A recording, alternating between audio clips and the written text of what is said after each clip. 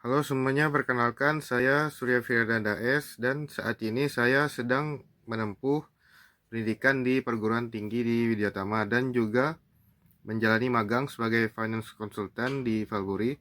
Nah, pada kesempatan kali ini saya ingin berbagi sedikit mengenai pengalaman saya dan pembelajaran saya khususnya terkait mata kuliah kecakapan interpersonal hingga pertemuan ketujuh. Oke, sebagai seorang mahasiswa yang juga sedang melaksanakan magang, aktivitas saya cukup padat. Di sela waktu kuliah, saya menganalisis pasar saham serta merangkum berbagai peristiwa ekonomi yang dapat memengaruhi pergerakan pasar.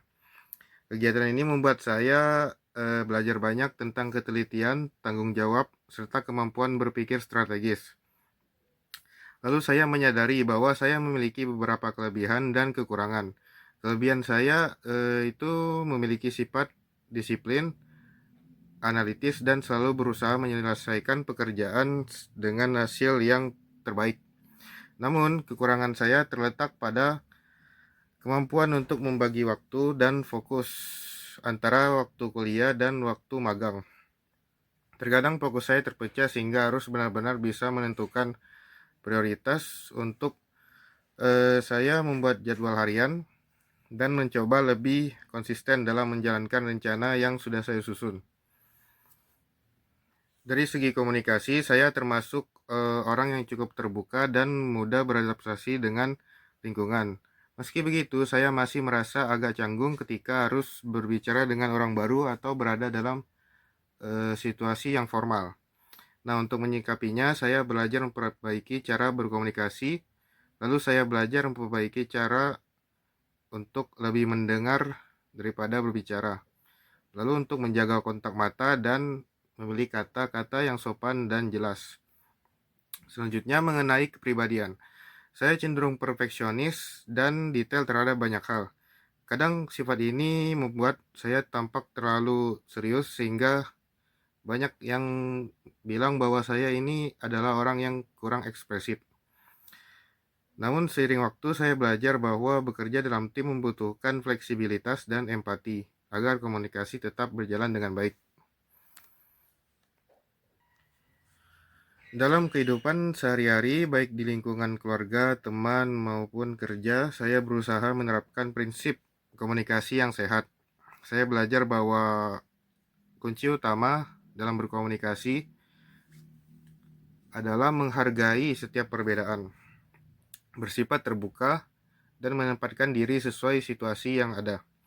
Hal-hal sederhana ini seperti menyapa dengan senyum, mendengarkan tanpa memotong pembicaraan, serta memberikan tanggapan dengan sopan bisa menciptakan hubungan yang harmonis.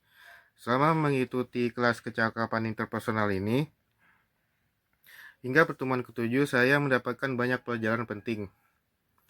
Saya mendapatkan pelajaran mengenai arti dari empati, kemampuan mendengarkan secara aktif, serta pentingnya memahami karakter dan latar belakang dari masing-masing orang yang kita temui.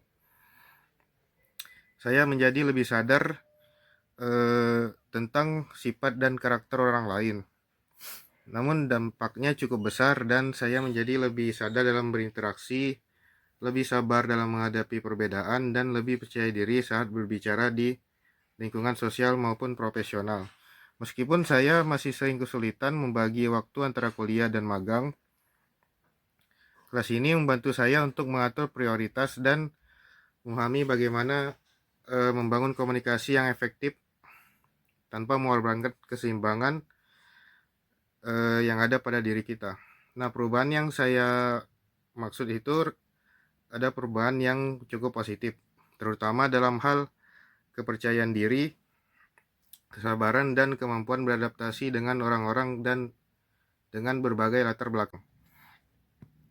Perubahan lain yang saya rasakan itu adalah meningkatnya rasa percaya diri ketika kita misalnya sedang berbicara di depan banyak orang. Sebelumnya saya sering merasa gugup dan takut salah ucap. Sekarang saya mulai belajar bahwa komunikasi yang baik bukan berarti harus sempurna, tapi harus jujur dan jelas maksud dan tujuannya. Saya lebih fokus pada pesan yang ingin saya sampaikan daripada rasa takut akan kesalahan kecil. Selain itu, saya juga belajar pentingnya emotional intelligence atau kecerdasan emosional. Dalam pekerjaan sebagai finance consultant, saya sering berhadapan dengan orang-orang yang memiliki tekanan dan ekspektasi yang tinggi. Jika saya tidak memiliki pengendalian emosi yang baik, komunikasi bisa saja mudah berubah dan akan menjadi salah paham. Nah, oleh karena itu, saya belajar untuk menjaga ekspresi, intonasi, dan memilih waktu yang tepat saat menyampaikan pendapat. Lalu selanjutnya dalam konteks kehidupan sosial tuh, saya menemukan bahwa setiap orang memiliki cara dan gaya komunikasi yang berbeda. Ada yang lebih suka berbicara langsung, atau ada juga yang lebih nyaman menyampaikan pendapat secara tidak langsung. Di matkul ini saya diajarkan agar hubungan dengan orang lain tetap terjaga dengan baik. Hal ini sangat membantu, terutama ketika saya harus berkoordinasi dengan rekan kerja yang memiliki karakter berbeda dari saya. Lalu saya juga mulai lebih memahami pentingnya komunikasi nonverbal, misalnya bahasa tubuh, ekspresi wajah, dan intonasi suara. Yang itu ternyata berpengaruh besar terhadap makna pesan yang kita sampaikan. Seringkali orang bukan hanya mendengarkan kata-kata kita, tetapi juga membaca sikap kita, dan oleh karena itu saya berusaha menampilkan sikap yang terbuka dan ramah, agar orang lain itu merasa nyaman ketika berinteraksi dengan saya. Selain dari sisi profesional, manfaat dari matkul ini juga terasa dalam kehidupan pribadi, terutama di lingkungan keluarga. Saya lebih sabar dalam mendengarkan, terutama ketika terjadi perbedaan pendapat antara generasi, misalnya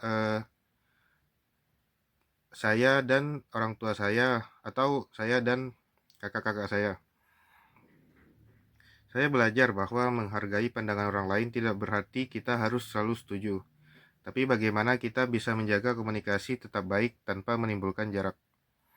Hal lain yang saya pelajari tentang ini adalah self-reflection, refleksi diri, atau kemampuan untuk mengevaluasi diri setelah berinteraksi dengan orang lain. Misalnya, saya mencoba menanyakan pada diri sendiri, apakah saya sudah berbicara dengan sopan, apakah saya sudah mendengarkan dengan cukup baik, dan apakah saya memahami maksud orang lain itu dengan benar.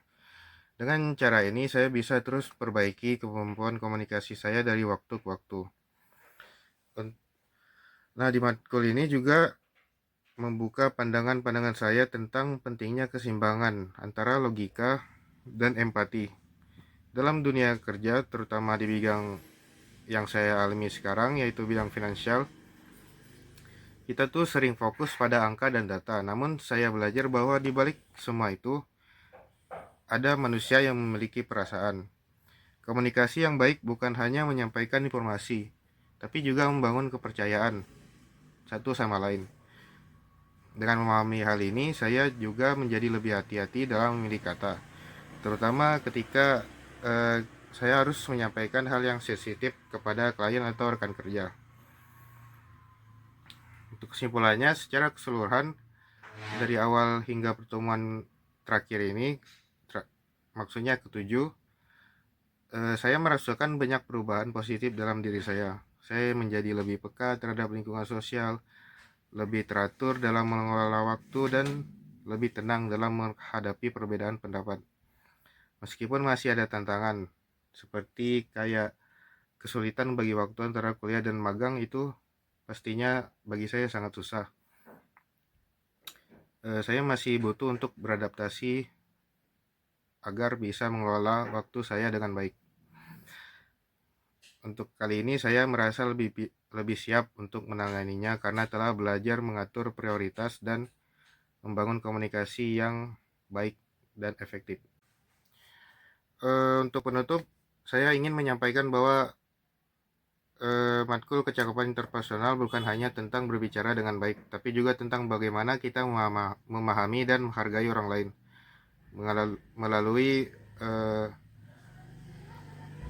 bahasa tubuh, ekspresi wajah, atau karakter-karakter manusia yang harus kita bisa untuk pahami dan bisa untuk beradaptasi satu sama lain. Melalui pengalaman kuliah dan magang, saya belajar bahwa komunikasi yang baik dapat membuka sangat banyak kesempatan dan membangun hubungan yang lebih bermakna. Terima kasih telah menyimak. Semoga apa yang saya sampaikan dapat bermanfaat.